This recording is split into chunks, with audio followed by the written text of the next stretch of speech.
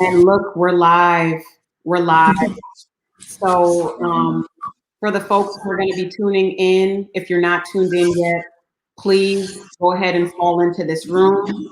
Today, we're going to talk about a very serious topic, something that hundreds, if not thousands, of District 3 residents have been reaching out to me about, and that's the topic of homelessness. If people were not aware, there was a recent study that was done, a report that was done by the office of our auditor in Courtney Ruby, talking about some of the impacts of homelessness and the fact that the city of Oakland does not have a plan. So we're going to dig a little bit into that, as well as the story of what's happening from a different level around mental health and illness that some of us know very closely from family members, loved ones, or just seeing it out in the community. So I'm gonna turn it over in just a second to Patricia. Patricia, there is a lot of background noise happening.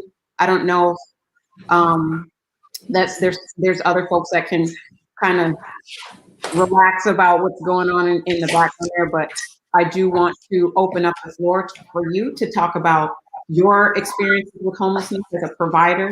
Talk to us a little bit about, what you think should change, the landscape. After we hear from Patricia, we're going to hear from. My name's Katie. Kate, why did they gave me the wrong? That's okay. There's a Patricia that has a statement in the chat. That's why it's confusing. I'm sorry, Katie. That's fine. Katie met with me, it's been a few months ago now, with a group of other women who wanted to talk about their stories in relationships with mental health and the need for a different type of services. And that's what Katie's going to talk to us about. I apologize, Katie. Oh, that's fine. It's fine.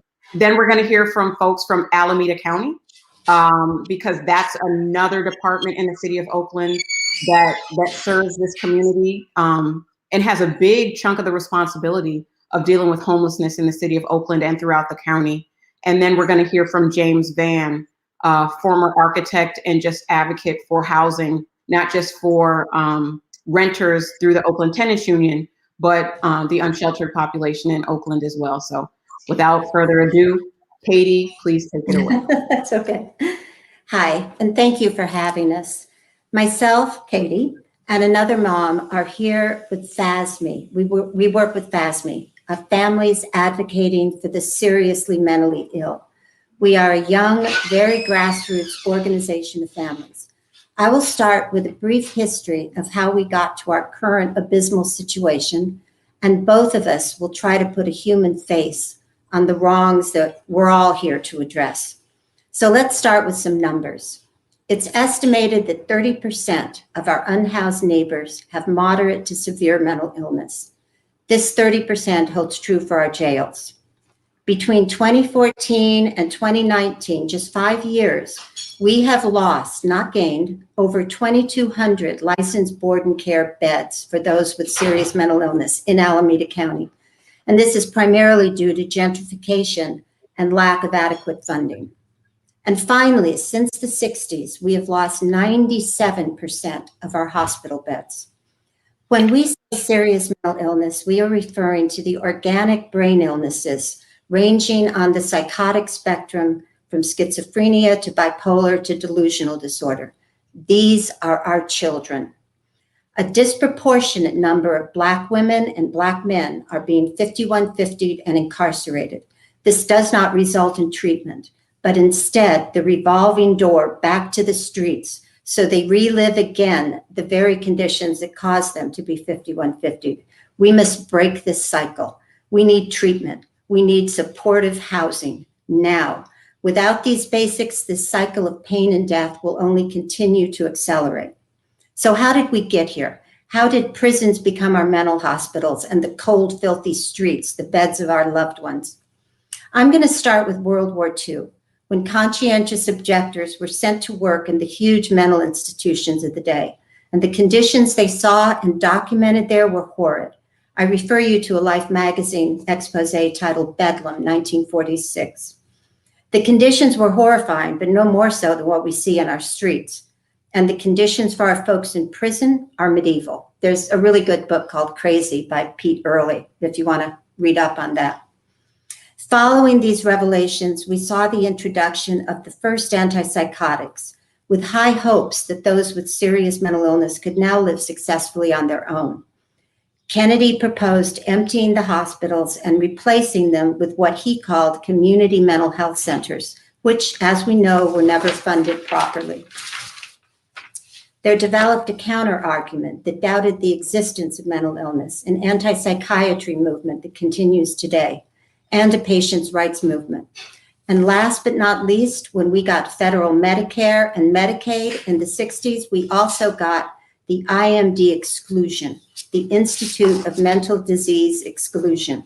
This means the federal government will not reimburse states for the cost of psychiatric hospitals with more than 16 beds, though it will help with costs if they go instead to other types of community services. All of this has resulted in a decrease by 97% of locked hospital beds since 1955. Now, we're not advocating, we don't want a return to the conditions of the 40s. We don't want patients' rights to be eliminated. But as we often hear said, the pendulum has swung too far in the other direction.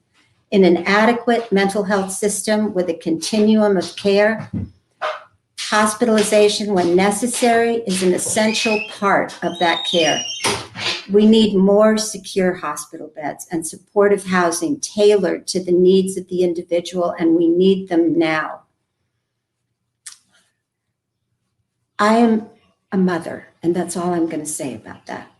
And I work in the mental health system. My job is working with the families of those with serious mental illness. That is part of a team we try to connect to mental health services. And let me tell you how very difficult this is.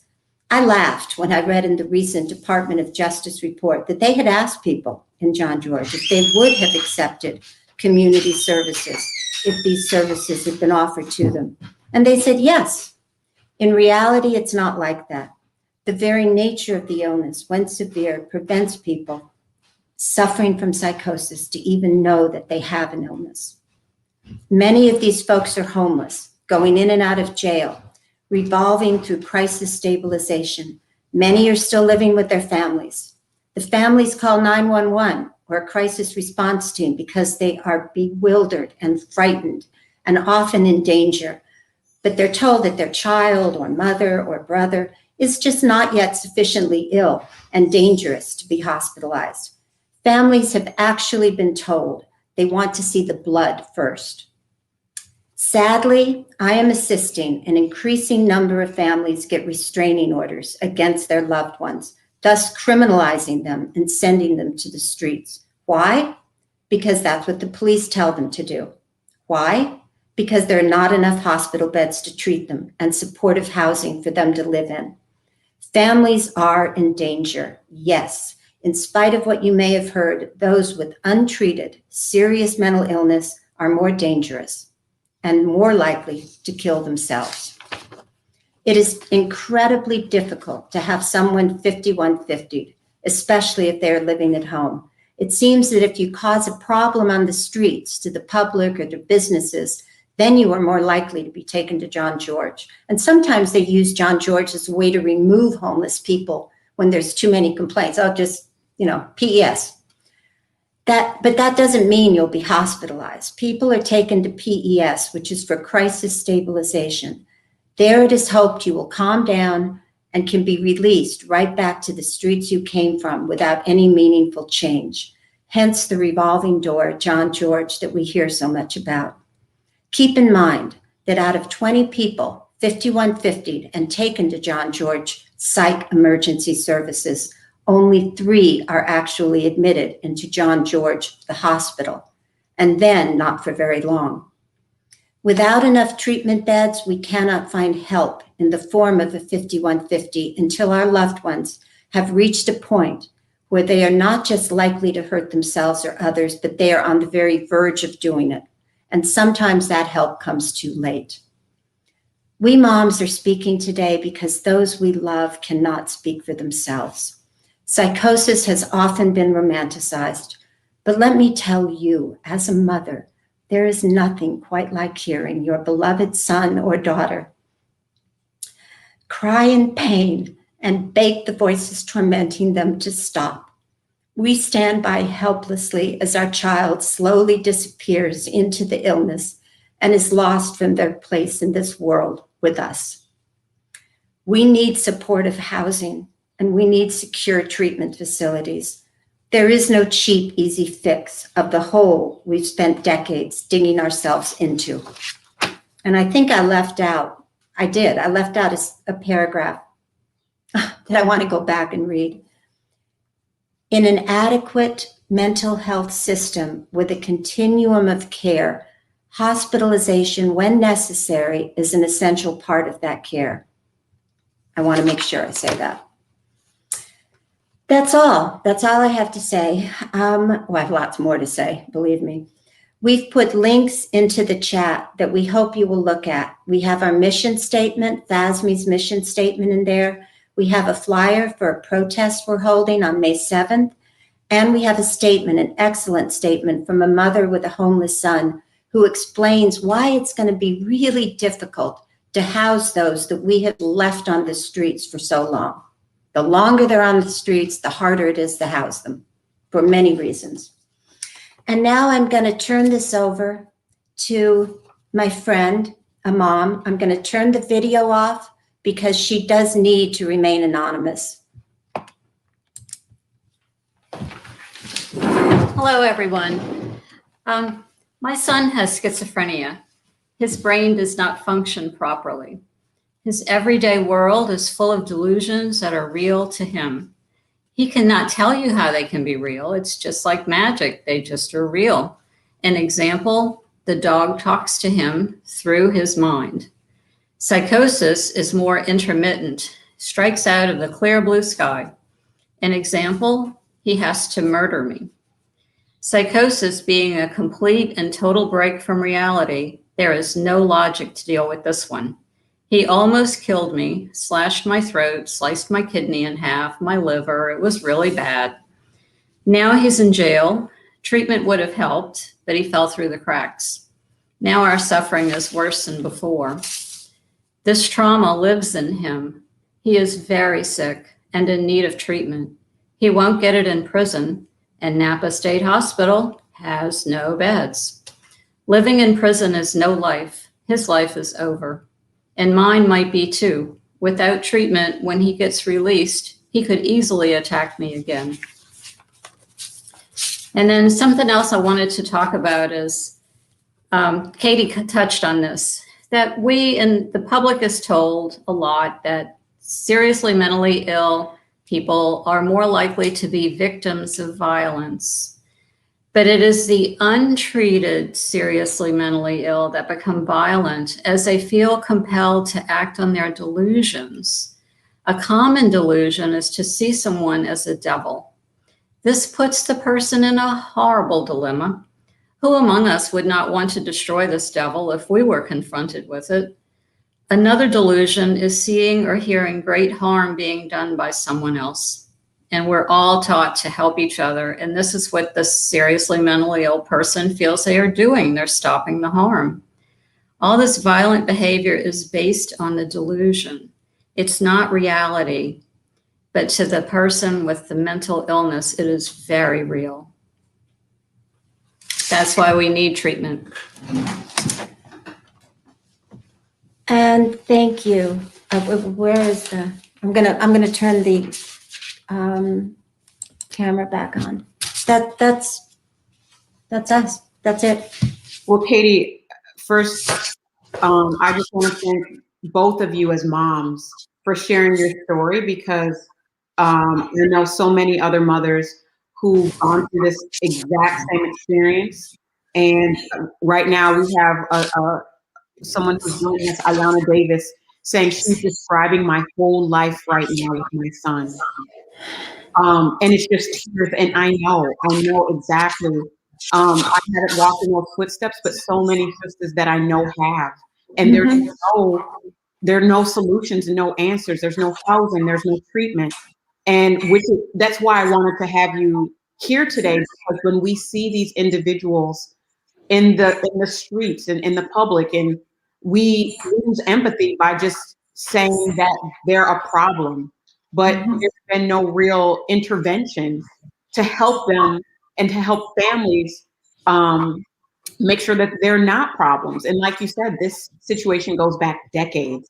And I just want to hear with you the love that's coming. Nancy Mandel says to tell you hi. Oh, hi. We also have a comment from Allison Monroe saying if people could be treated for more than a day or two and supported afterward, they would not cycle through John George in jail so rapidly. And housed. Housing is a key. Housing is so important. Can you speak a little bit about why housing is important, especially for people that are experiencing some of the challenges that you've been through or that you've witnessed? Well, I think all of us, I'll try to speak from the point of view, and help me here, my friend, of the person suffering. And that is that they want stability. They want to know that there's food. They want to, they want those things.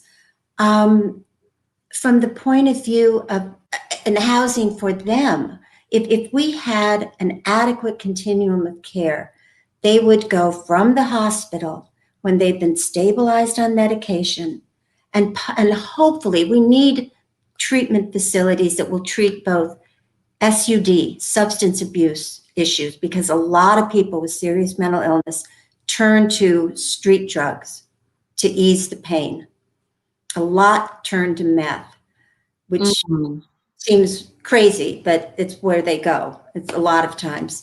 So we need treatment facilities to separate the drugs from the person, give them adequate stabilization on medication. Then we need case management teams to follow them from the hospital to a stable living environment where they can be encouraged to continue to take their medication.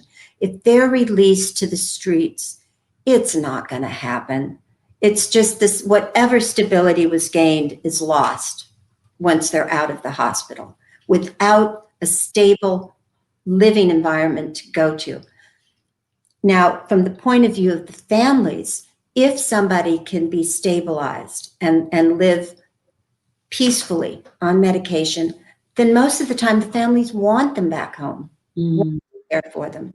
But, not always. I mean, families are not just physically in danger from these illnesses, their housing is danger. I have worked with so many families that are in Section 8 or just living from precariously, and the behavior of their loved ones threatens their ability to remain in their own housing. So we're not treating our loved ones properly endangers housing on a number of different. Housing is needed in a number of different ways. I hope I'm making sense here. Do you want to add? I wanted to say that the treatment that we're talking about is intensive treatment and kind of, you've heard wraparound services. Mm-hmm. The best services that we've come across are conservatorships where the courts get involved, because there's this part of the illness for about 40% of the people with schizophrenia and psychosis illnesses, that it's called anosognosia, and it's part of their brain that they can't see that they have a disease. I'm not sick. I don't need help. Get away from me. I don't need that medicine. I'm not going to the hospital. So they push back on being treated. They don't want it. They don't need it. They're not sick, but they are. So the kind of treatment for the sickest of the sick is going to need to be intensive. So you can't just put them in a house. You've got to have, like Katie said, case management. You've got to have intensive follow-up. Like they need to be part of the team. They need to take part in their plan of care, where they take their medicine and they're followed up by a team of people assigned to them. And that's the best treatment. In a hospital bed. It can be in a house. It can be in a housed area. So I see. So housing is not only key with wraparound services for some of the individuals that are challenged with these particular mental health issues, but also just ensuring that the family members who are housing them are stable in their health as well. And if they become not amenable to living with family members, we have to have other housing solutions for our family members who are challenged. I see what you're saying. Yeah, I mean, family members are not supported. You know, Yeah. there are a few groups in Alameda County. We have FERC, Family Educational Resource Center, which is excellent in helping families navigate the system. We have the NAMIs that provide support groups. But generally, within this whole system, families do not get attention. We have to learn to be social workers, psychiatrists, at the same time that we're mothers or brothers. And we don't know how to do it. We're not trained to do this, and we certainly are not paid to do it. And we're locked out from HIPAA. And we're locked out from even knowing what's going on by HIPAA laws. It sounds like there's a lot to work on, but I do want to say it looks like, and I hope I'm pronouncing this correctly, Ildiko Poloni says, "Love you, Mom." Oh, hi. So there's some love out there for you. There's also someone who's with us that's saying living on the streets is stressful, and stress exacerbates mental illness. Yep, exactly. And so I'm hearing you say, Katie, that also without adequate medical care, which we need, universal health care, people turn to street drugs to numb some of the conditions that might otherwise be prescription drugs, or might use illicit drugs in order to numb the pain. And so I think that's some of what we're saying too. When we see people with mental health issues on the streets, they're usually there because of, I think what you said is, they're untreated. Their symptoms have gone untreated, and that's when people start to become violent. But those things can be managed if there's a plan in place to stop it before it gets there. Right. Is that what I'm understanding? Yeah, it should be a standard of care that they get treatment, adequate treatment early, and not just go through the cycle over and over and over again. Right. And we're talking about different, I don't know exactly what to call it, different kinds of supportive housing. Some people are going to need the kind that Diana's describing, some less so. We would prefer that people could live in mixed housing situations where they're not just like, okay, all you folks with mental illness, you go over there and live. But in some cases, people will need to be living in more sheltered situations with more wraparound services. So it's not like one size fits all, but we don't have much of any of it. I mean, seriously, it is just shameful. I mean, one of the first questions families ask me is, what's going to happen when I die? And I have no good answer. None. I mean, we work with old people and we don't know where to put them. So Katie, whose responsibility is it? Is it a national issue? Like, is it something that we need from the federal government? Is it a county issue? Should the Alameda County Behavioral Health or the county just in general be involved? Whose responsibility is it to come together to start to tackle these problems? Personally, I think it's federal. I think this is a national crisis. I mean, it may be particularly acute in the Bay Area or in LA and places where there's such a high degree of homelessness. And I don't know much about what goes on in other parts of the country, but I know that there are organizations that agree with what my friend and I have been saying, that are national, that address that it is a national problem. I mean, I think, you know, our non-funding of HUD is one of the problems that led to this. I mean, it's huge. It's going to take a lot of money to deal with this because we have let it go for so long. Right. But we can't do it any longer. The whole system is going to implode, I'm telling you, if we don't start to deal with this. Carroll, a program in Milwaukee that they when seriously mentally ill or released from jail or prison, they go through this. There's a building set up in the city, and all the services are there. Their food, their money from Social Security, their medicines, their doctors, their counselors. Everybody is in this building, and they have to go there every day and get their whatever it is, their treatment, their meal. And then they're allowed to go back and live in their supported housing.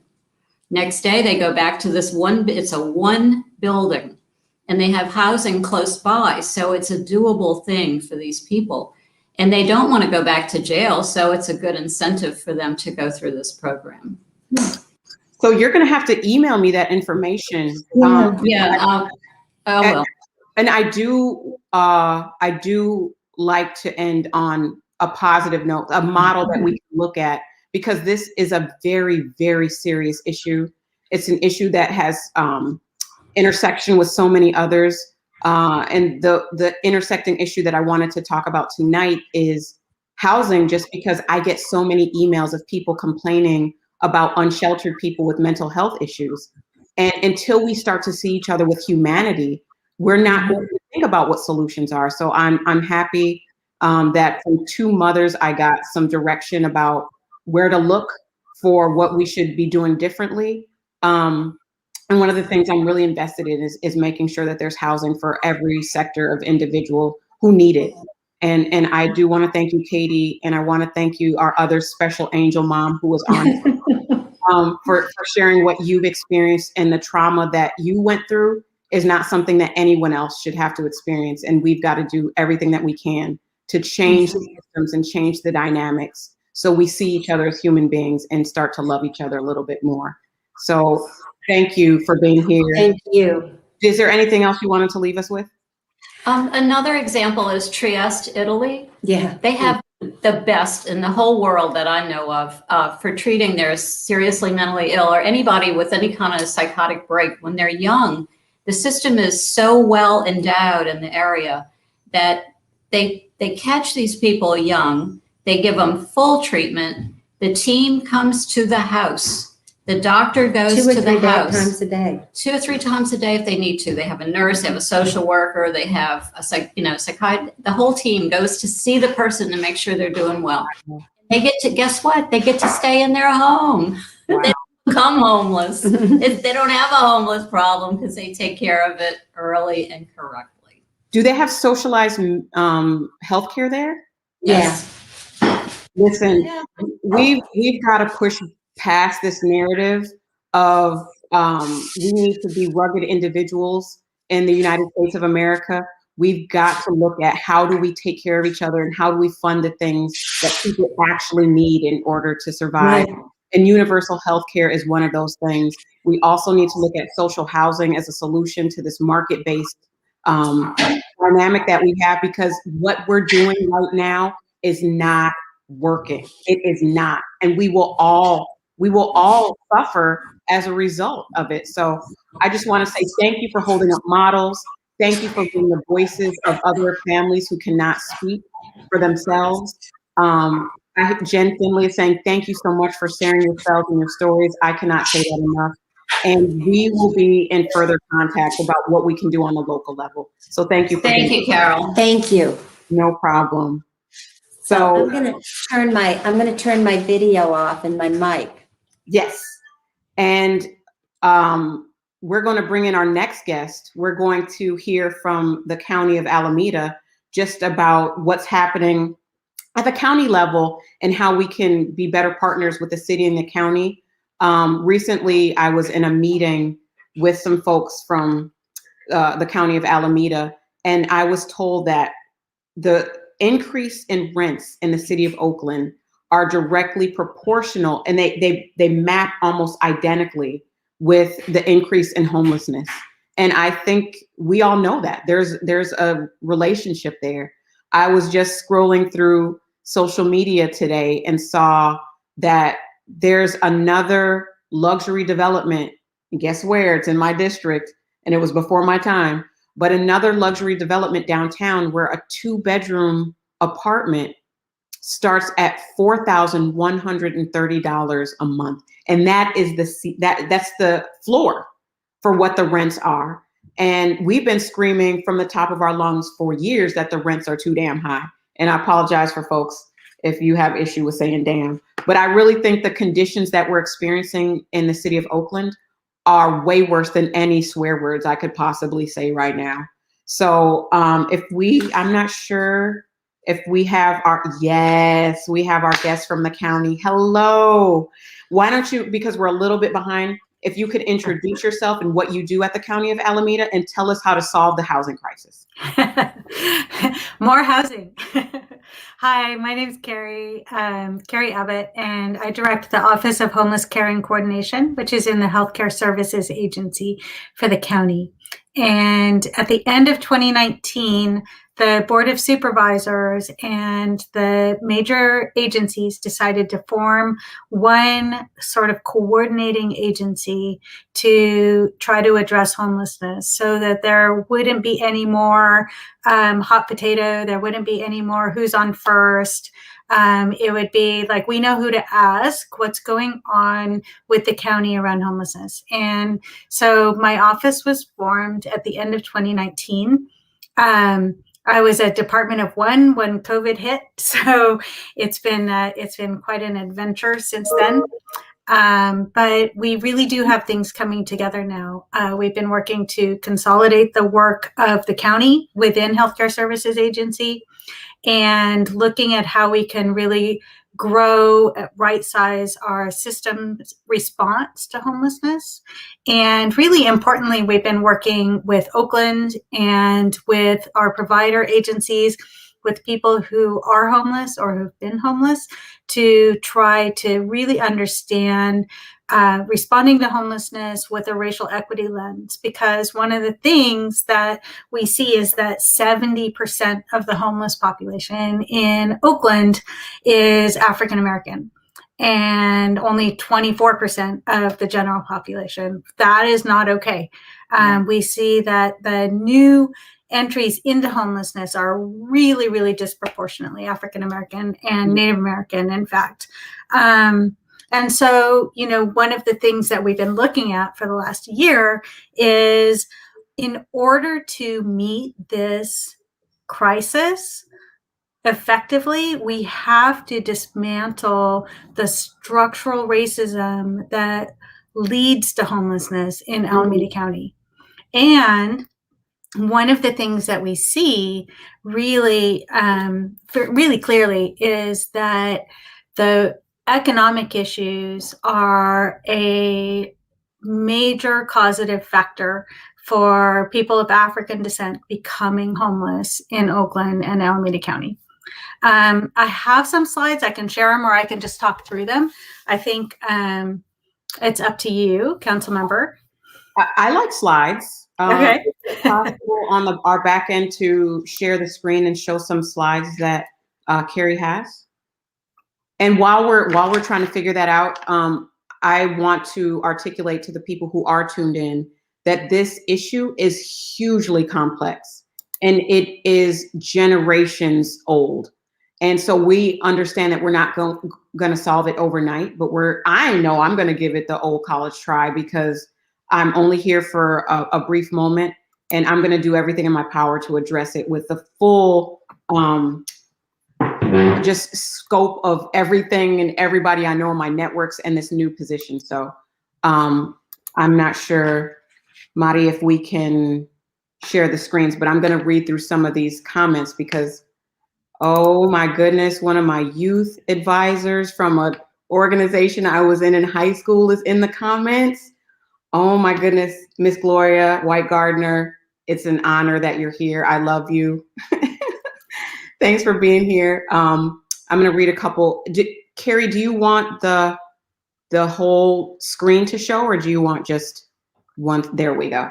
And that's perfect. Socialized medicine and infrastructure already exists in Medicare. We just need it for all. We need Medicare for all. We know that.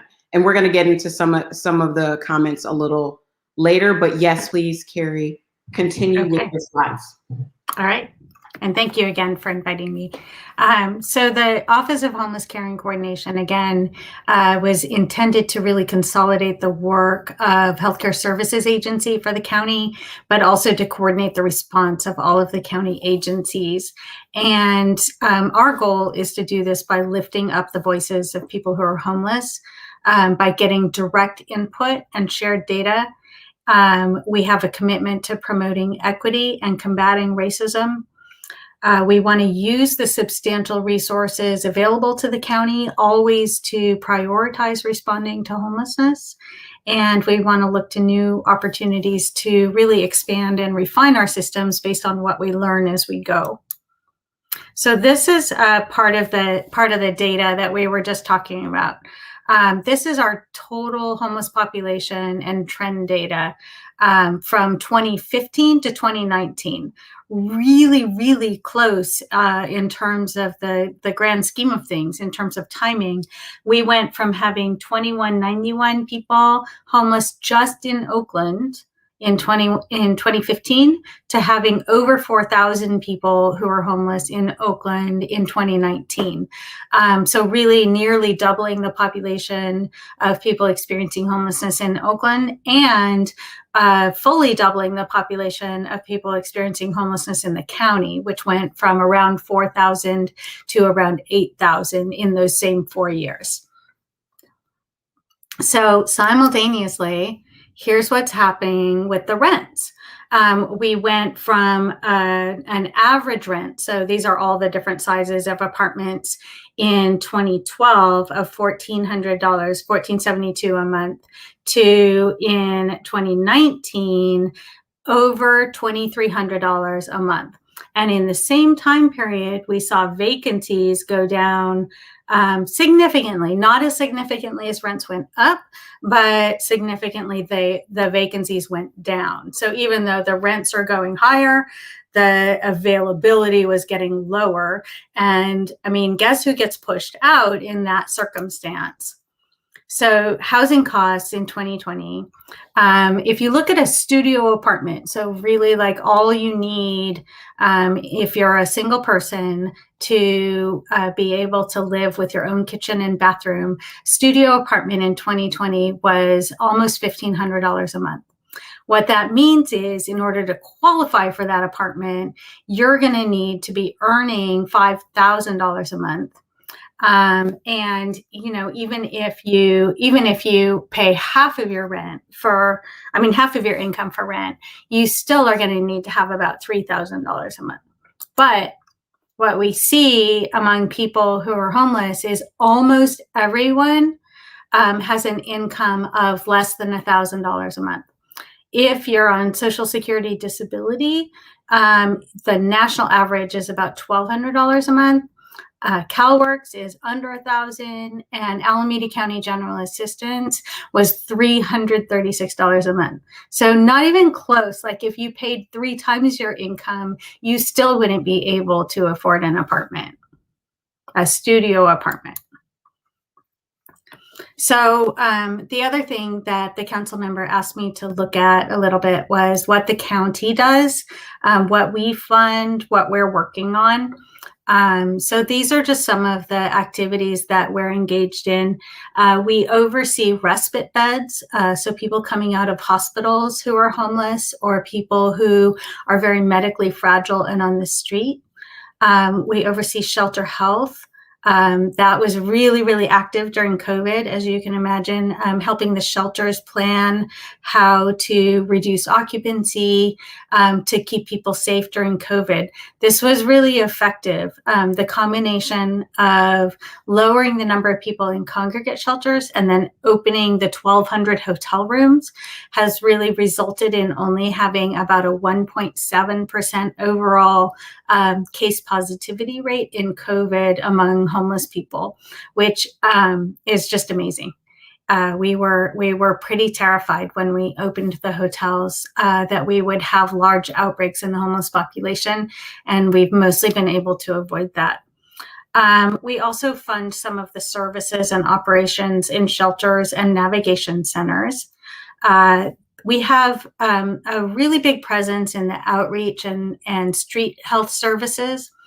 Alameda County funds healthcare for the homeless and the street health teams. We fund these in collaboration with the city of Oakland for the Oakland teams. We provide outreach from the housing resource centers or access points. And we have an encampment response team that will go out and assist if there's an encampment on county land or in the unincorporated county.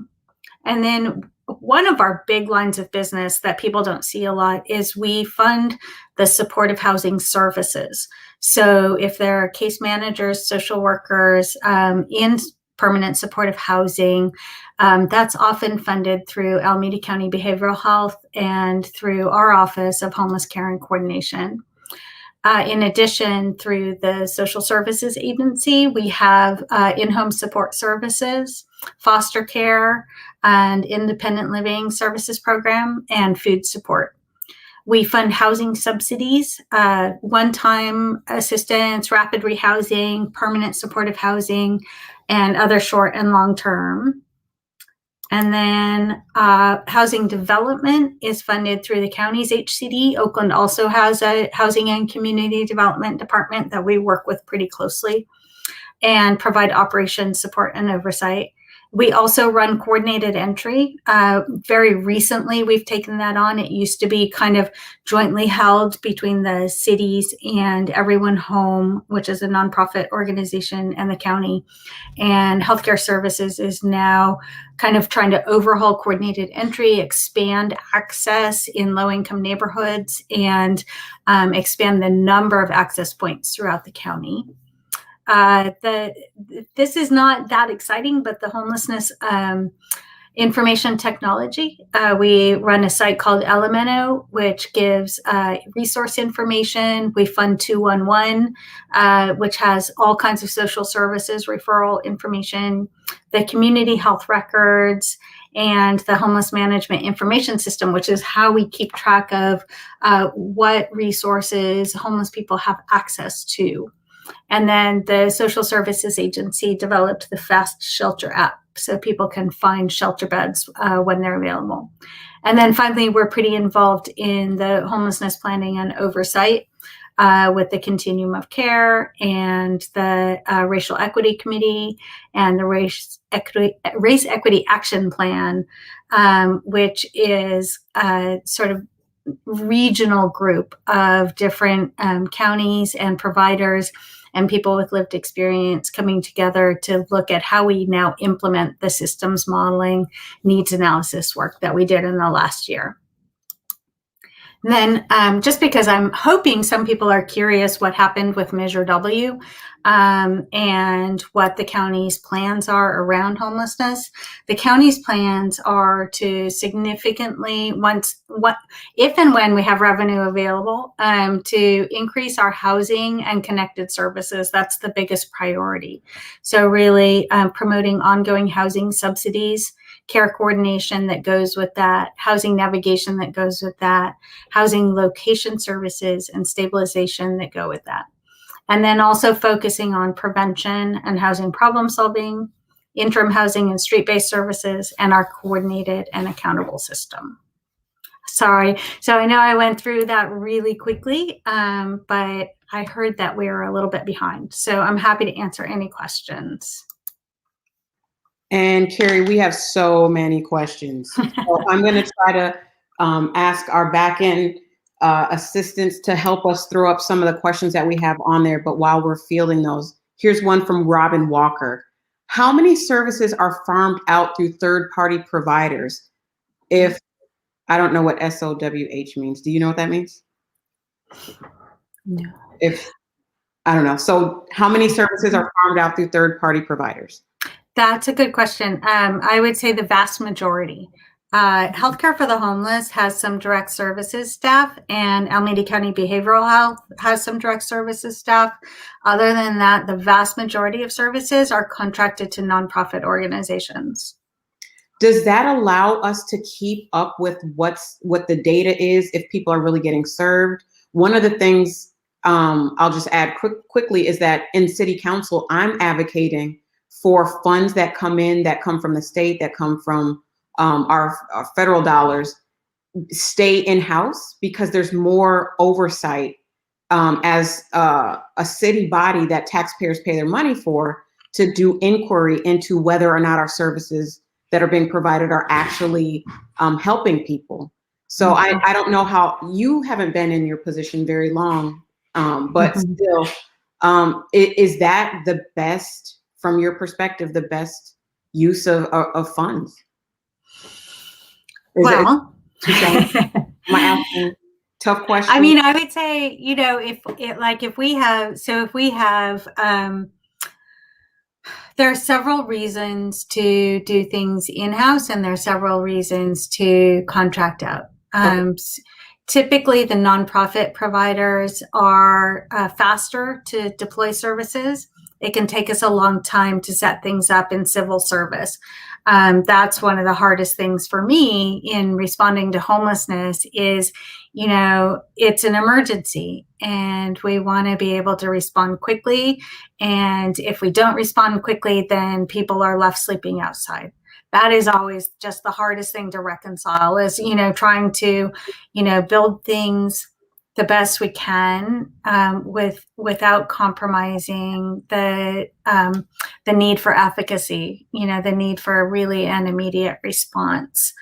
The other thing is, I would say, most of our nonprofit providers have more people who are formerly homeless working for them. They tend to have an easier kind of on-ramp into employment than the county has. And it might be easier with some of the city agencies, I don't know, but I know with the county, with civil service and with all of the minimum qualifications, it can be really challenging for people who have been homeless and who are living paycheck to paycheck to try to get into permanent employment.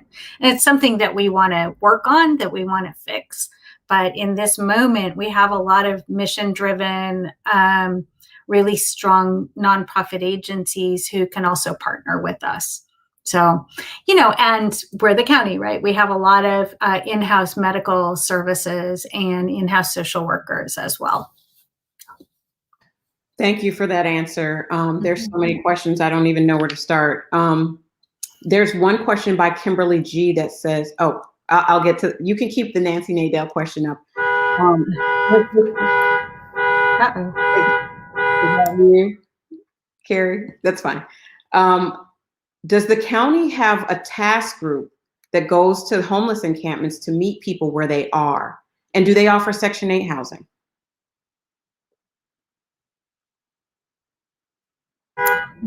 Sorry, there is a car alarm in my neighborhood. We'll get over it. We can hear you. Yes. So we currently have 14 teams in Alameda County that are through Healthcare for the Homeless, and they work with some city teams in the city of Oaklands, city of Berkeley, primarily, and they're largely contracted, but they go hand in hand. So we'll have a nurse and a social worker and an outreach staff who go out together to the encampments.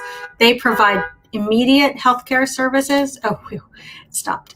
They provide immediate healthcare services. They do assessment and access through coordinated entry, and they set up relationships with people.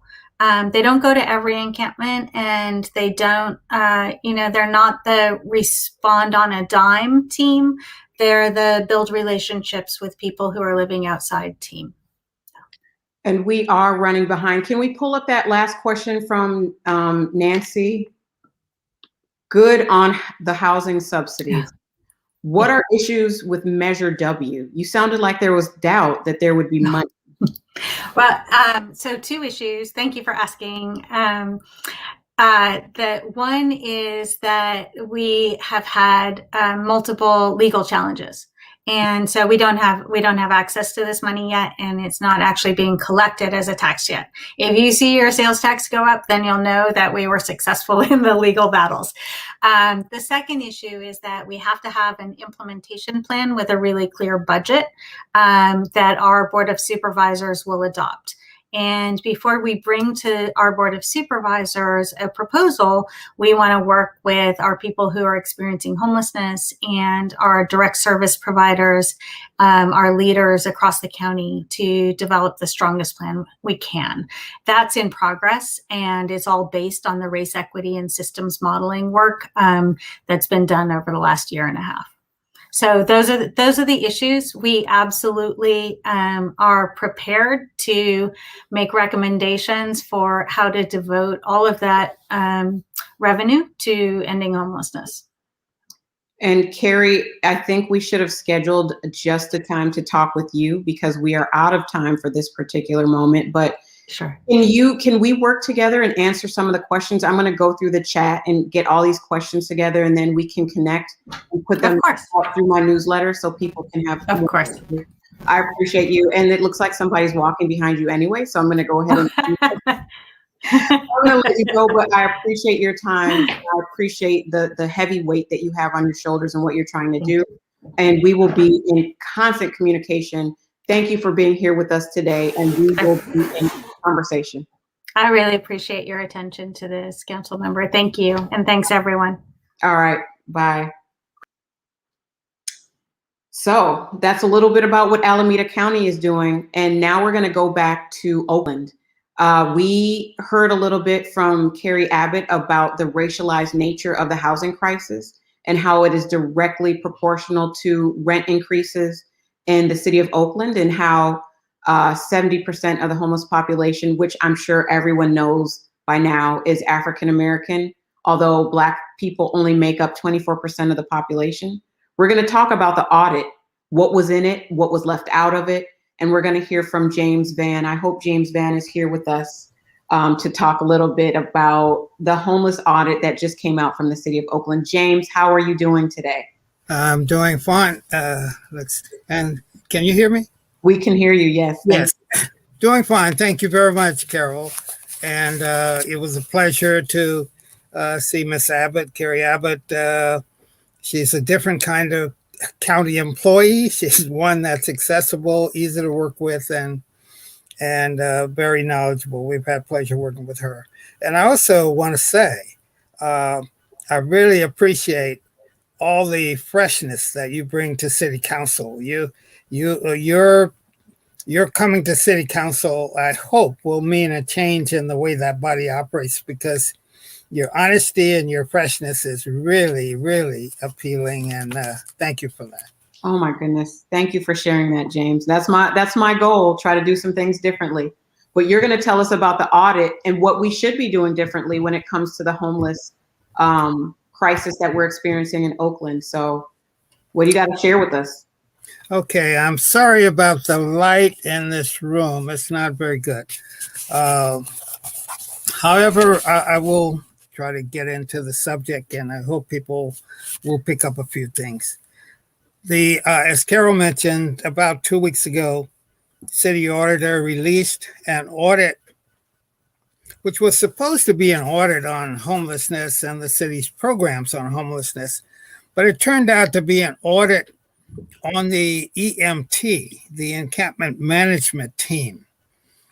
And that was very disappointing to us, because both Councilmember Bass and Homeless Advocacy Working Group had really asked for an audit of the city's homelessness programs and their deficiencies, because we've been very unhappy with the program since the Advocacy Working Group was formed.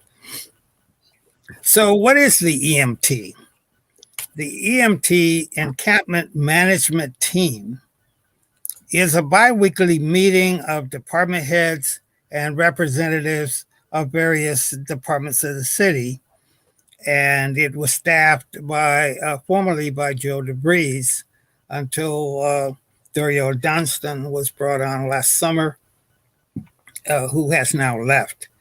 And now the former city clerk, who is now assistant city administrator, Latanda Simmons, is the interim homelessness administrator until they bring on regular staff to staff that position. But the encampment management team, as I say, they meet weekly or biweekly, and what they do is decide what actions are to be taken at the individual homelessness camps over the next 2 weeks.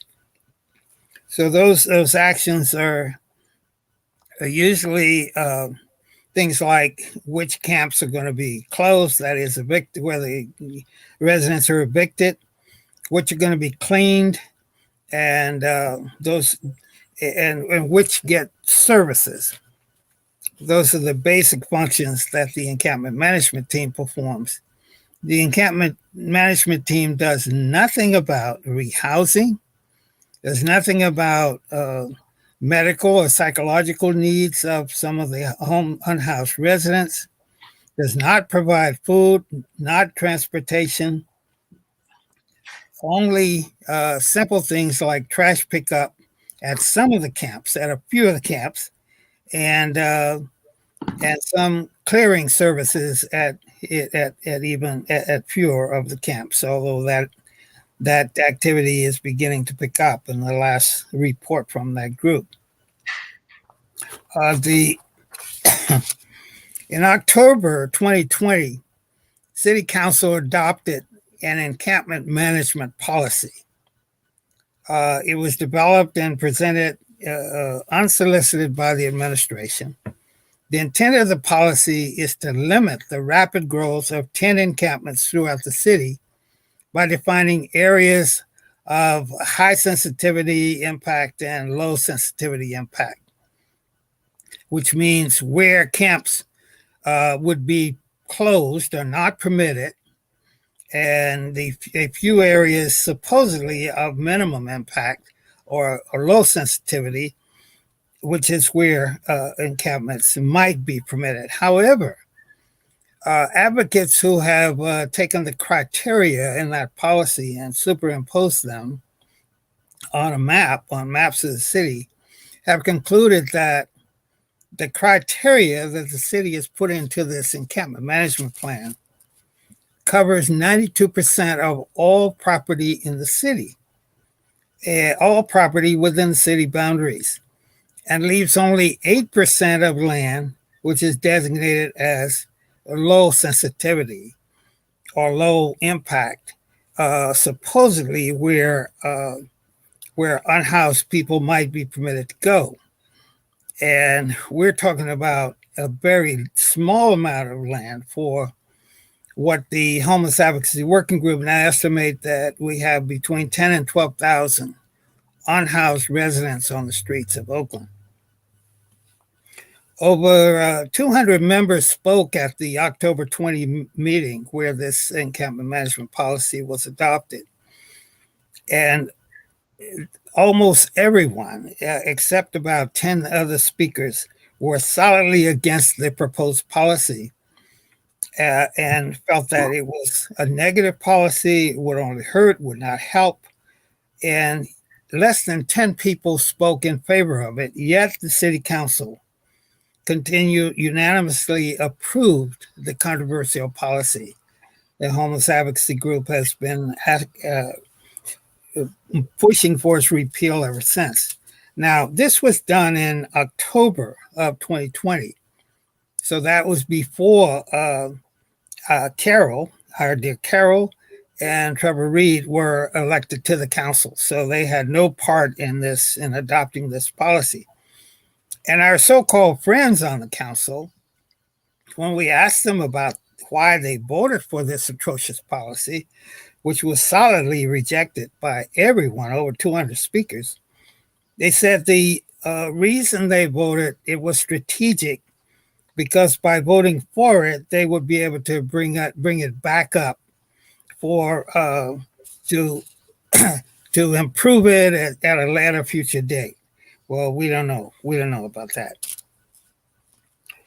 Discussions within the Homeless Advocacy Working Group among unsheltered people and the general advocate community agree that the encampment management policy, very bad public policy, and unanimously called for its repeal.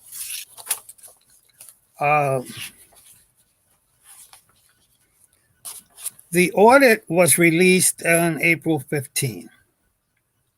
It's a 102-page document, and frankly, those who are homeless advocates and who work with them are puzzled as to how or why this report was even done, or what it was supposed to do, because it only addresses the encampment management team, the group of department heads and so forth who get together weekly or bi-weekly and determine, what encampments are going to be cleaned or what encampments are going to be evicted. The 102-page report states that it does not address the tough sheds, the tough shed villages. There were a few of those located around in Oakland. Any shelter options. Nothing about vehicle and RV parking. Nor does it even touch on the causes or solutions to homelessness. So we're very much puzzled about how a homeless audit can ignore the 10 to 12,000 unhoused people in at least 140 encampments throughout the city and at least 600 vehicles where people are sleeping in vehicles. On moral grounds alone, the basic welfare of human beings cannot be so easily dismissed. The audit barely mentions the special UN report that was done in 2019, 2020. UN Special Rapporteur on Housing came to Oakland, Los Angeles, and San Francisco and concluded that Oakland has the worst homelessness program in the state. That it is one of the country's worst.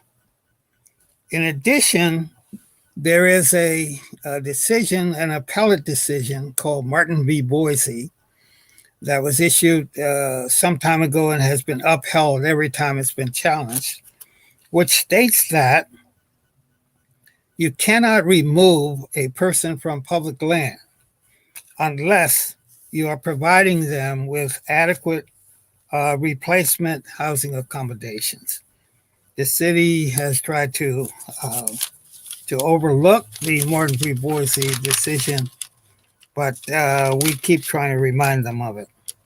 The audit concludes with 26 recommendations, basically calling for increased record keeping, better accounting of what the team does, the number of times they go out to encampments, how much garbage they collect, and that kind of thing, which we say does absolutely nothing for housing people or for the problems of homelessness.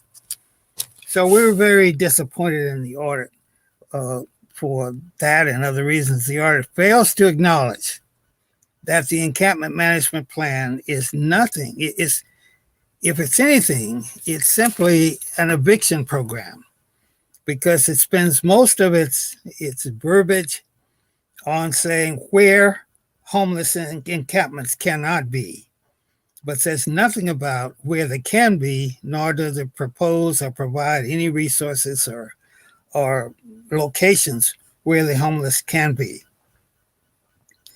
And activists have discovered that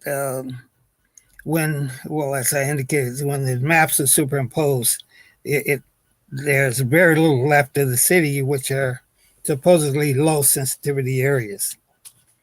The encampment management audit reveals something that the homeless advocacy group has been trying to say for the longest, and that points to the gross failings of Mayor Schaaf and her administration to take seriously that homelessness is an important, serious, and urgent issue in Oakland that deserves a real homelessness plan, which the city does not have. We feel that the auditor did something else that we feel reduces the faith and trust in the audit. Before the audit was released, the auditor revealed the audit to each of the departments that were mentioned in the audit, talked to them, and discuss with them what they liked or not liked about the audit. So before the audit was even released to the public, it had the opportunity to be modified by the departments that it might have criticized more harshly.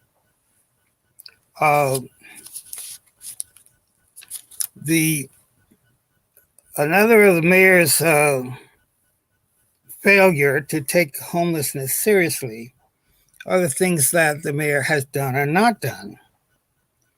The Homeless Advocacy Working Group met with the mayor throughout 2020, a little bit of 2019, 2020, probably about 12 times. And every 6 weeks we would meet with the mayor, and we would bring all the issues that we felt needed to be addressed, as well as probable solutions. In the 12 meetings that we had with the mayor, we can't think of more than possibly one recommendation that was ever attempted to be put in place. In fact, there was one time when we had obtained in the meeting, we had asked for some small workforce programs that would hire homeless people to do some of the cleanup of the encampments. And the Human Services Department said that they had identified some funds that we could start a pilot program where the homeless people could be hired and actually be paid real money. We left the meeting thinking that that was going to go through. We got a communication about 7 days later saying that unfortunately that program would not be able to proceed. We were never told why. The mayor indicated that no such thing as small houses, which have been a solution in many places, or temporary housing or modular housing would ever be part of Oakland's program for homelessness. The only thing she agreed to accept were the tough shed villages, which she got donated by contributions from a lot of her corporate supporters. So the city never had to pay for the tough sheds. In the actual budget of the city, the mayor included only $2 million for the, I'm sorry, did I leave? You're still here, James. You said the mayor allocated $2 million of the city's general purpose fund towards homeless services?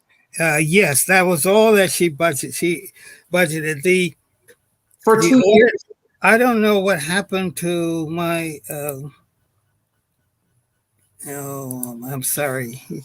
Anyway, but if I'm still talking, I'll just proceed with talking. The auditor found that the services that were put forward by the encampment management team amounted to $12.6 million, which was never budgeted by the city council nor the mayor.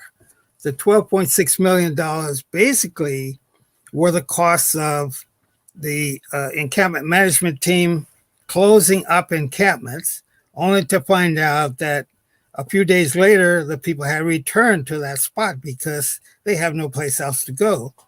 Also, the police said the public works cleanup crews said they had to be accompanied by police, for their own safety. So the police ran up a tremendous budget amount of spending for their services to accompany public works. And other departments that put in, some of them put in some money for some things, I guess, and that they hadn't budgeted. So the mayor said this, the audit said that this meant that they were losing some of the things that they were supposed to do got ignored because they put some of that money toward homelessness. So the auditor found that $12.6 million had been spent when only $2 million had been budgeted by the mayor. So that shows how the mayor accepted or didn't accept homelessness as such a serious problem that the city needed to put significant money into seeing that it was done well. How are we doing on time? I can go into detail or I can finish up. I wanna get to some of the questions and comments, not just from me, but from some of the people in the chat. So okay, let me just go to conclude. The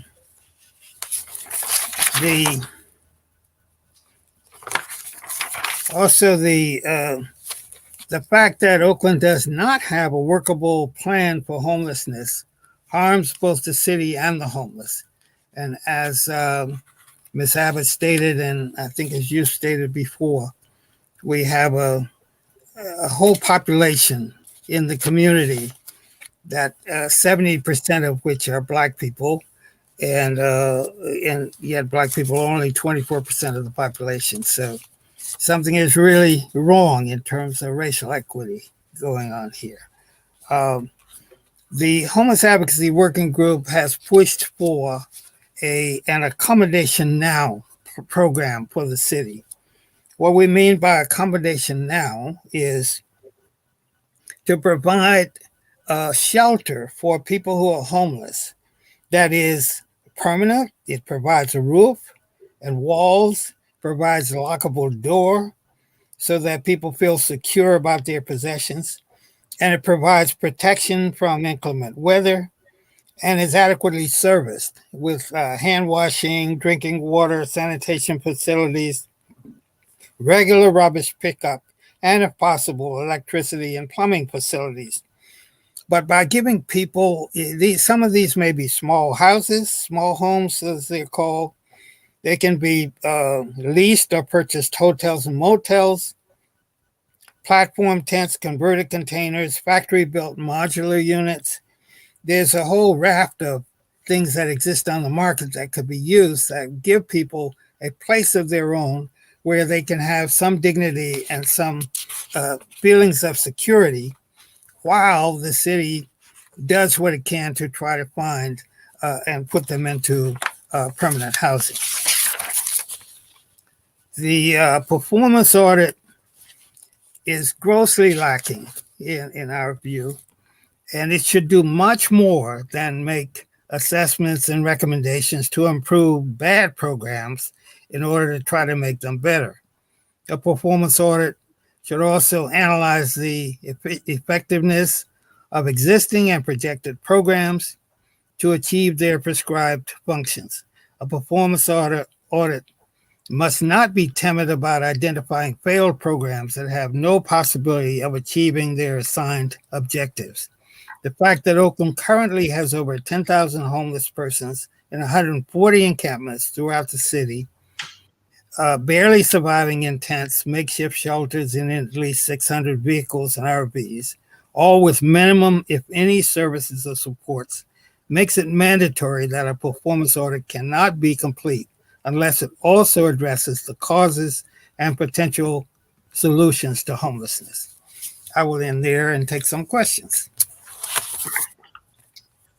I have questions, James, but I'm going to respect some that I'm seeing come through the chat. But before we get to some of the questions, there's a statement from Nancy Nadell that says, the continual request of HOG has been for land and temporary decent housing to scale.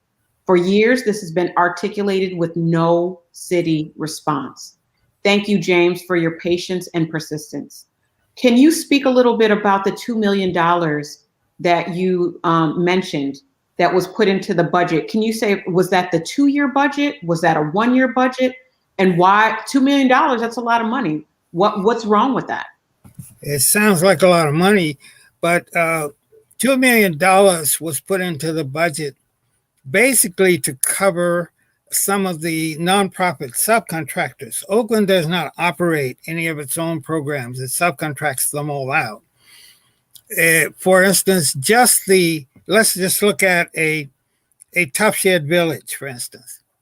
They hire a nonprofit to be the administrator and the coordinator of each Tough Shed Village.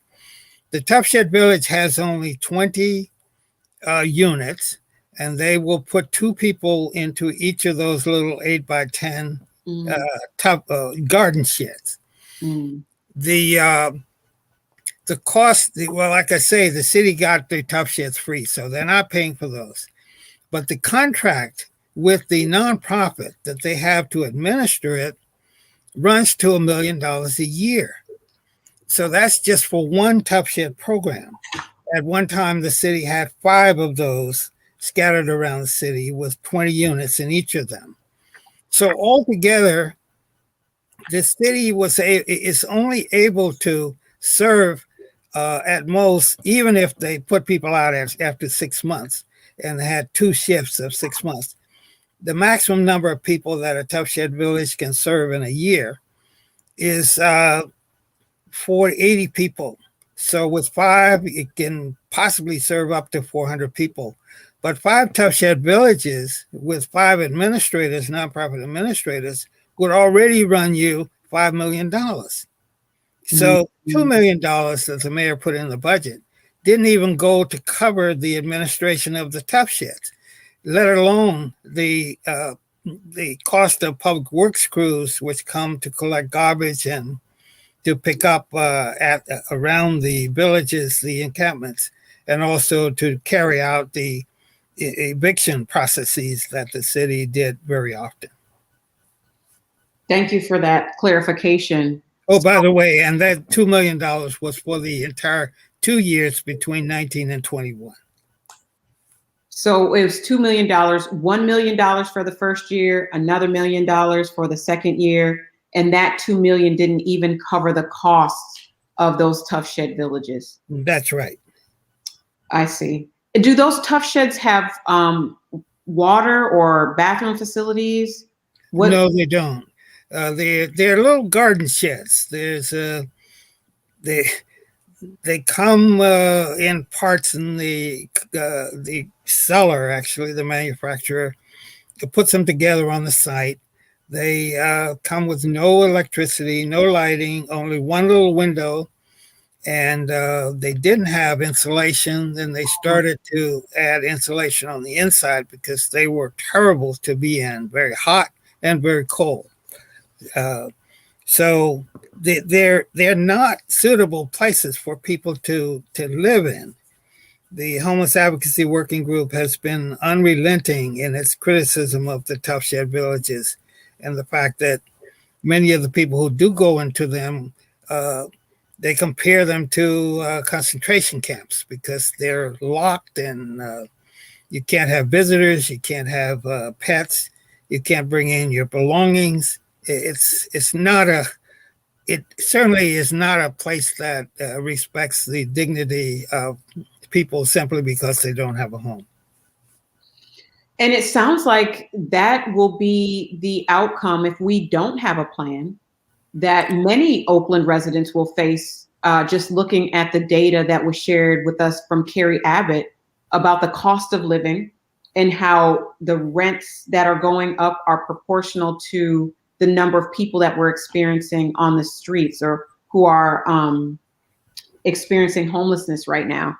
So I'm just wondering, James, especially because I'm hearing this on Twitter and in emails, that there's nothing we can do about the problem of homelessness. It's a regional problem. People are coming in from other cities because Oakland is weak on enforcement or cracking down on homelessness.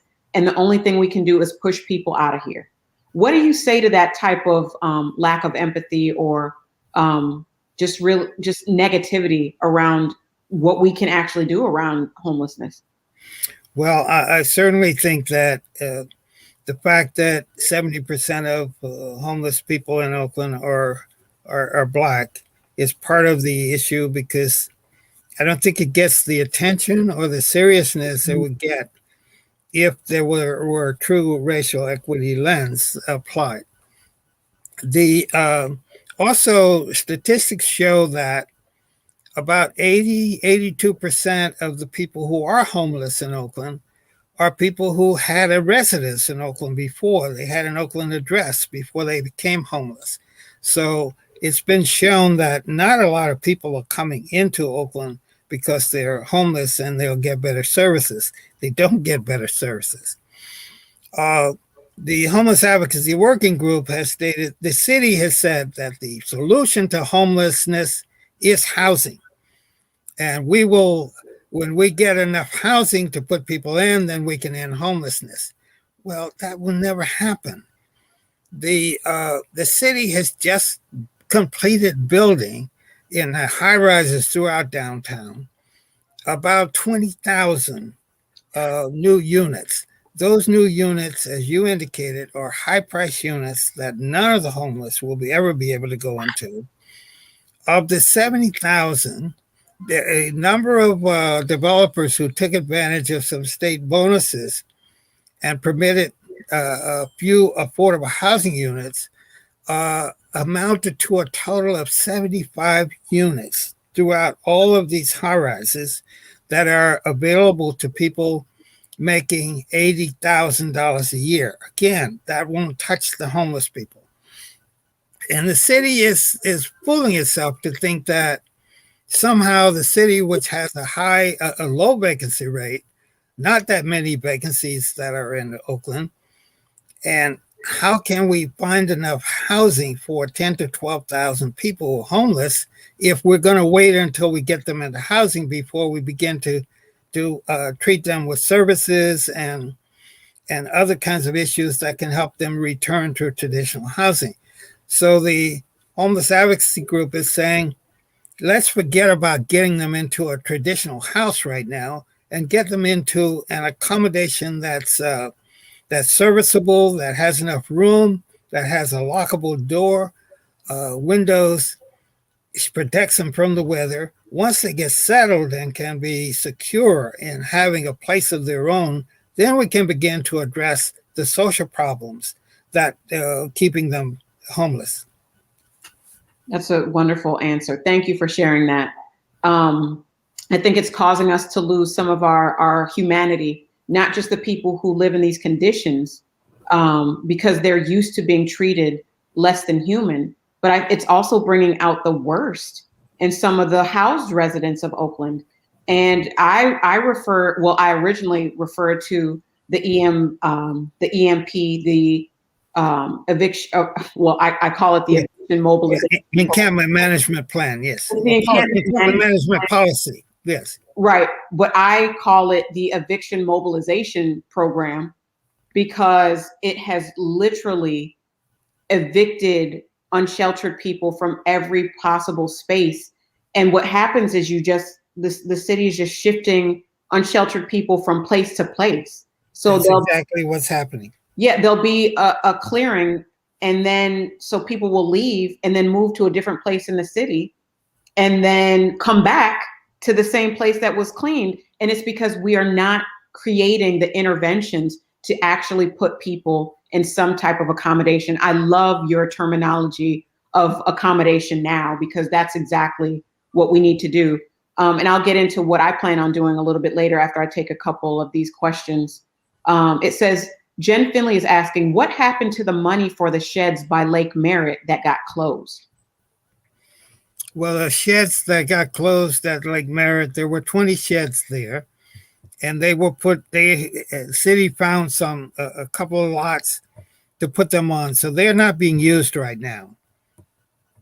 The manager who was managing that development has agreed to be the manager when the city assumes ownership or lease of the Lake Merritt Lodge, a 6-story, 92-unit building near Harrison and Grand Avenue, a wonderful facility. And the homeless advocacy working group has been begging the city literally for at least the past year to buy that facility. And so finally, they got a guarantee from the federal government that if it can be used for people who have specific kinds of needs who are now homeless, the federal government is going to provide the funds for it. So thankfully, that's moving ahead. When Carrie Abbott was here, she talked about the 1,200 rooms that the county had leased or bought as hotels and put many people into those hotels, the most vulnerable people.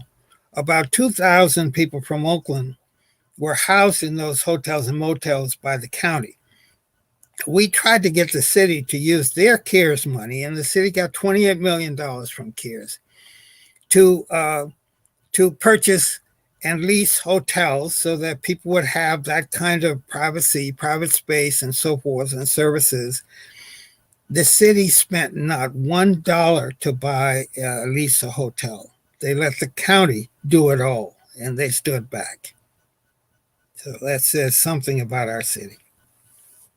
It does say something about our city, and I'm going to give you the another 30 seconds, James, to say what we need to be doing as a city with my voice. And I know there are council members who want to rectify the last vote that took place with the eviction mobilization plan last year and do some things differently around homelessness in the city of Oakland. And I'm going to do everything that I can, at least in District 3, to change the conditions. But from your perspective, because you are a titan in this industry, what should we be doing as the city of Oakland? Well, one of the things that the Homeless Advocacy Working Group believes is that the encampment management policy that was adopted really does need to be rescinded. I don't know if it's possible to rescind it, but it's supposed to be on hold now because we have asked the city to assure us that if they evict all these encampments, as the plan indicates that they plan to do, that there is housing for these people to go to. There are some accommodations that they can go to.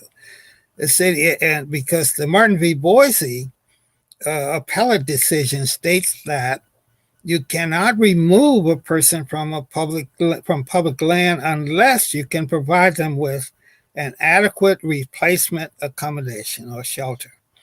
So the city has never answered our question with that regard. So we think that this plan, this policy that was adopted, needs to be rescinded. That's one. Two, we urge the city to move more. Well, one, to use the federal FEMA money and state money that is coming in. The city's going to be getting $192 million over the next 2 years.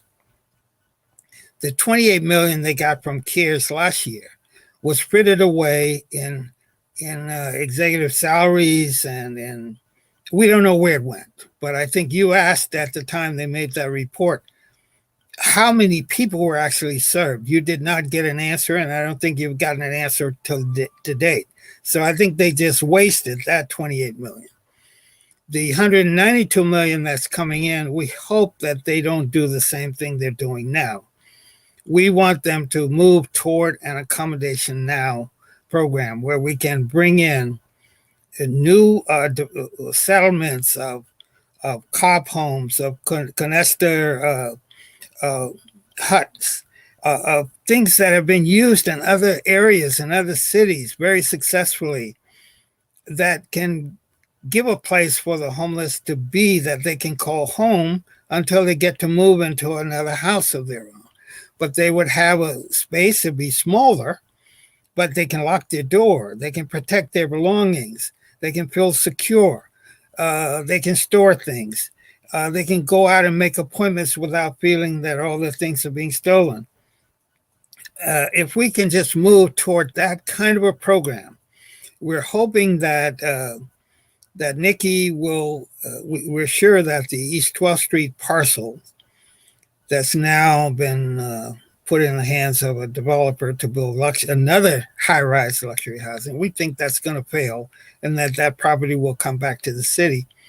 We're hoping that Nikki will use that property when it comes back as a pilot to show how co-governed encampments in an accommodation now setting can actually go a long way towards solving a homeless problem. So we're hoping that we'll be able to work with Nikki on making that come true on the East 12th Street parcel. Thank you for sharing that, James. And so what you're saying is rescind the EMP because there's no place to house people. So we can't evict people without having a place to actually house them. So that's one thing that needs to happen. And then use the stimulus money on actually purchasing hotels and other accommodations where unsheltered people can be housed. Those are two things that need to happen. Yes. Okay. And you heard it from James. James, you're still active with the Homeless Advocacy Working Group then? Yes, I am. I'm advisory to the steering committee at their request. So they feel free to call on me. Outstanding. And I appreciate you. It is, we're rounding out on our time right now. And I just wanted to thank you for having the time to spend with us and share what you know, your expertise. And thank you for going through that audit. It was not an audit of homelessness in the city of Oakland. James spelled it out very clear. It was an audit of the EMT, the emergency management team. I guess what was happening. Encampment management team, right.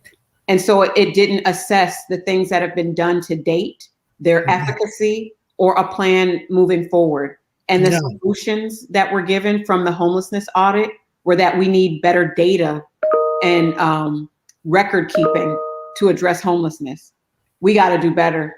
And y'all got to push on us to do better. And I just want to say, James, I'm going to go ahead and let you go. You will be hearing from me very soon about our Friday meeting and some things that we're doing and moving up the court with some friends of yours that I recently talked to, Mike Piatak. So I'll be talking to you about the plans that we're working on collectively to address some of the open space and city-owned land to get some interventions there. But thank you for being with us. And and if you have some questions that you would like to forward to me, I will answer them and get them back to you. I do, because there's some that we haven't answered from the chat yet. But I just want to let people go in case they haven't had dinner, because I know I haven't, and I've been in meetings since 10 this morning. So thank you for being with us, James. And thank you, Carol, for all you're doing. I'm trying. Okay, so we heard three different, very different and diverse narratives around housing and homelessness, who needs it, who's not having it, why things are not happening. But we also have some hope and some direction. One of the things that I'll be working on, one of the things I'm working on right now is developing pilot programs that are based around the needs and the desires of unsheltered people to create their own spaces with their own hands, with the assistance of local architects, local housed allies who want to assist in making sure people have dignified places to live. Unfortunately, I can't say what the details are, because I found that when I talk freely and openly about the things that I'm working on, somehow they get obstructed in the city. Not sure why that is. And I also meant to ask James before he left, what other stories of gentrification has he seen around the country in his work as an architect and just an organizer and activist around housing justice for renters as well as unsheltered people? Because one of the things that I've seen is that in cities that are becoming highly gentrified, one of the tactics that is often used is to allow crime and homelessness to run rampant. Because what that does is it agitates voters to want to have a tough on crime and tough on homelessness approach, and with a little less concern about people's needs, right? You have a demand for a greater police presence and a demand for criminalizing homelessness if you let the issues get completely out of control, because then the people who vote and the people who are good tax-paying citizens start to complain more. And I think that's one of the things that we're seeing in the city of Oakland. But that's okay, because we're going to push and we're going to lead with our hearts and with our heads on solutions that actually make life better for everybody. Right now, I'm running into obstructions, but you all will see what I'm doing. And when I get more obstructions, I'm gonna call y'all in as backups to help me push a little harder internally so we can get some things done. But this, I wanna leave by saying, I've been getting a lot of pushback just from A's fans for saying that my priorities in this particular moment right now are homelessness and public safety. And some of the pushback I'm hearing is, she's corrupt. I don't know even how that's logical, because I'm focusing on other things. But I want to reiterate it, because folks are like, oh my God, she's yelling in all caps. Yes, if I had a bullhorn and another way to amplify my voice and make it loud for all the folks in the back from here to Antarctica, I would say it loudly again. Right now, my priorities are the city budget. I'm meeting with my budget team on a weekly basis and meeting with the department heads regularly to make sure that Oakland is operating in a fiscally sound way that lifts up our city workers, as well as all of the other areas that our residents are asking us to pay attention to. And the primary things that my constituents are telling me to focus on are homelessness and public safety. So those are three things. So yes, that is walking and chewing gum at the same time. It's not saying that I'm not doing anything else, because my team is one of the hardest working teams in Northern California, and I would argue the state. So we are doing multiple things, but prioritizing means you're not doing everything at the same time in the same way. Priorities means I'm looking at a few things, and that is where I'm targeting the majority of my energy. If y'all got a problem with that, A's fans, I got a bag of some gummies for y'all, and it's not the kind of gummies that y'all think is good. I just want to articulate that and say it once again loud for the people in the back. My priorities are to ensure that Oakland residents are safe and they are housed, and that our budget is fiscally sound. And so that means that I'm not going to be working on a platform for the A's. That's not my priority when it hasn't been agendized at the city council. It is illegal, it is out of order, and y'all can take a snapshot of this piece and send it out, because that's what I'm gonna do, and just reiterate that for folks. I'm doing what I was elected to do, and I cannot be threatened or bullied or scared with the threat of being recalled for doing what my constituents are asking me to do. That's just not gonna happen. And right now, I have no greater interest to make sure that the root causes of the things that we are impacted by are addressed. That has not yet happened in the city of Oakland. And if you look at the documentary, The Moms of Magnolia, you will hear it from the mayor's own mouth that in her tenure as the mayor, homelessness has increased exponentially. And we've got to do something about it. And that is not $2 million over 2 years to address the issue. We've got to act like this is the crisis that it is. And that means we have to care more about people, not billionaires. So with that said, I love you all. Thank you all for tuning in and turning out. And you will see me a week from now, same bat time, same bat channel, tackling the issues that people don't want to face. I love you, and I will see you soon.